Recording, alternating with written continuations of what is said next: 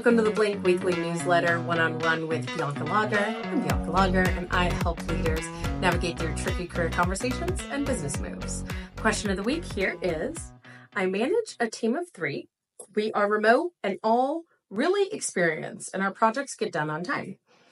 Everyone gets along. The problem is our meetings are awkward. Capital letters here, people, awkward. Painfully so. I guess it's fine because our work gets done fine, but most of the folks say stay silent for most of the meeting. None of us are extroverts, so I find myself doing most of the talking, and then we usually get out of there as fast as we can. How can I make these meetings less painful? We are required to do team meetings, but I wish we could just skip them. Oh, yes, the awkward remote meetings.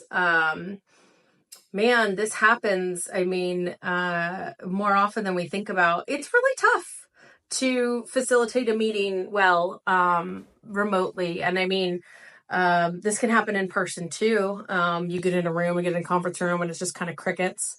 And like one person does all the talking. Everybody else is like scratching their eyeballs out. That happens a lot. There's so many meetings too, where it just feels like something you're checking off a list. Like it's not even something where it feels very productive. So I have some suggestions that hopefully will help really tactically. And I think this is kind of universal for really anybody struggling with just how to get more out of your meetings or be a better leader within the meetings you're already running. I'll say this.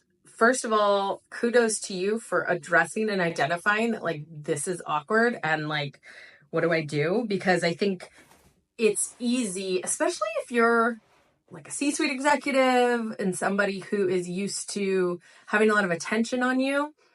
You can kind of overlook this awkwardness and kind of be like, oh, I don't know, you kind of make excuses for it, or you're used to being the person who speaks a lot.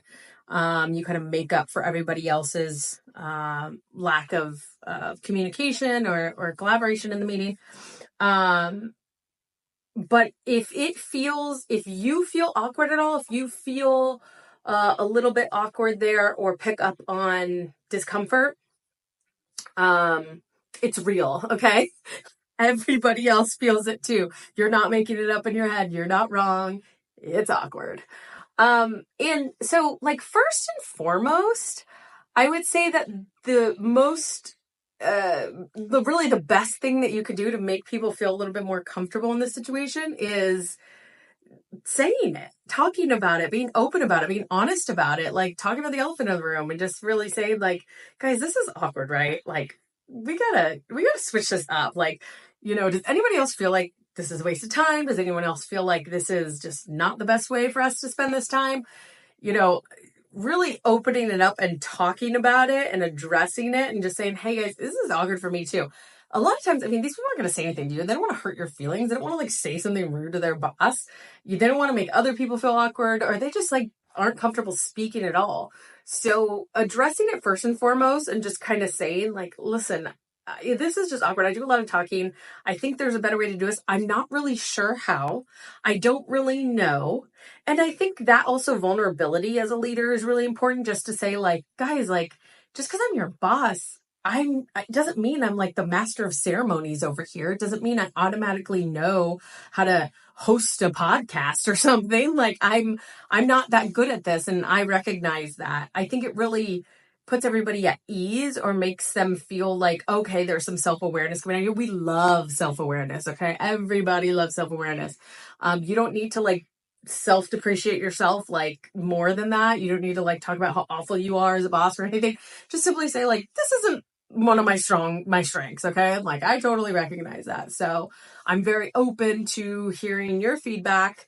What would work for you? Is there a different format? Should we have a different agenda? Should someone else, we take turns leading the meetings? Do you guys have any ideas on how to make this better? And you know what? I think first and foremost, most of them, yes, I do have better ideas, because they're probably sitting there why can't we just, And so, take advantage of that. Take advantage of whatever it is that they've thought about and open the floor up. Now, don't be surprised if these very quiet and, non-communicative people, don't say anything. And it's crickets when you say that. You could simply just say, okay, like, totally get it. Like, we don't, understand. We don't have to talk about it in a group setting.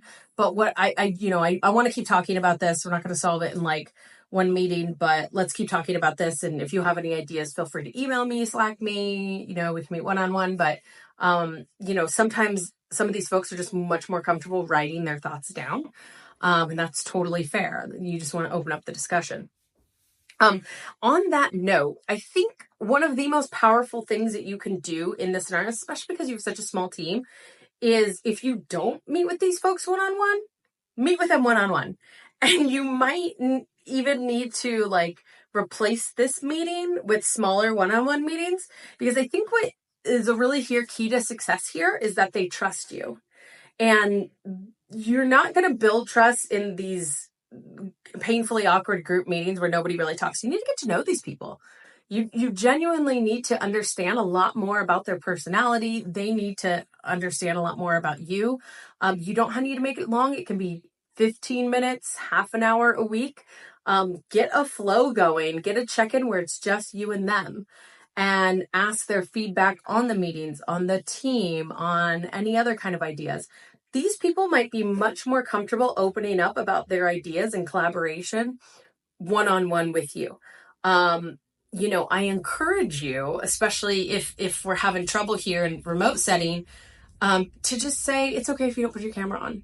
In our one-to-one, if you want to be cameras off and we want to talk about this stuff, just put people at ease. I mean, I think the key here is we need to make folks feel comfortable. And if these folks aren't very extroverted, maybe they're a little camera shy, then meet them where they're at the very least, and try to have some sort of compromise about how you're going to run these meetings and what the goal of these meetings are. And initially, you really just need to kind of restart and,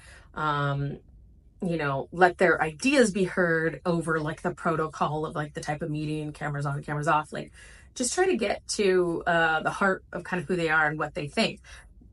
You need to get them to open up and feel the psychological safety. That's like a really big buzzword, but they might be coming from past places where their ideas weren't valued, where they got reamed if they brought something up, or their ideas got stolen, or, it was a really punitive environment or a previous boss or something.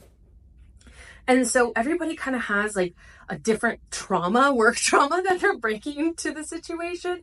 And so, they don't feel quite safe or quite have a high level of trust yet to share their ideas and be a much more collaborative spirit. And, there are studies, you can go Google them and look it up, psychological safety. Even if you just Google how to develop psychological safety, get out there and Google it now. It'll give you a lot of advice like being open and honest and encouraging to take risks and reframing mistakes so that they're growth opportunities. And these things in practice, what they look like is just simply saying like things like this, like, hey, this is kind of awkward, we should talk about it. It frees people up to have these kind of thoughts that they previously think that they should hide and bring them out into the open. We want folks to be open and trust and be able to say, like, even if I'm sort of, I'm pointing something out that's a challenge, I'm complaining, I'm saying something that maybe isn't great about how we're doing things, we want them to feel safe enough to be able to do that. And we want to hear their ideas. We might not bring every one of their ideas to life. Like, someone might just have like a really wild idea about a meeting. It's like, it might make us laugh at least, but like, we're not doing that, Nick. You know what I mean? Like, whatever it is. And that's fine. But I think you get my point. So, switch up some of these meetings to more one-on-one environments, work on your personal relationships with them, and focus heavily on the, creative, the creating, an environment where you can collaborate and trust each other. I think that the more you talk to these folks, the better. I don't think you want to shy. I know you want to like kind of avoid it, but I think there's a path and an opportunity for you guys to talk in a way that works for you. And, even if you get to a place where you're minimizing the group meeting, you say, hey, you know what, we're going to take this down to 15 minutes. We're going to open a specific Slack channel where we're going to collaborate, in this way. And that's the primary way where you guys chat and communicate. Great. But balance that and make sure everybody's needs are being met, and make sure you're hearing from everybody, and everybody is shown as having a valuable opinion and a valuable insight. When you do bring the group back together after gathering some insight and talking more with everybody one-on-one, point out the things that they said that you thought were really insightful. Ask them to speak on it a little more, prompt them a little bit to open up. And I guarantee you, over time, you do this more and more and you work on your personal relationships with them, things will change and your meetings will not feel as painfully awful as they do now. And you're definitely not alone. I mean, a lot of us struggle with, not feeling super dynamic when you're leading a meeting, or like feeling you're just like the only one talking and it's like, what is going on? Every single time it's about trace. Every single time it's about trust and psychological safety. So focus on those two concepts and it'll work out in the end. Good for you, self-aware leader over here, just trying to get better. Appreciate you for sure. All right, that'll wrap it up for the Blink Weekly newsletter. I'm Bianca Lager, and I'll talk to you next week. Bye.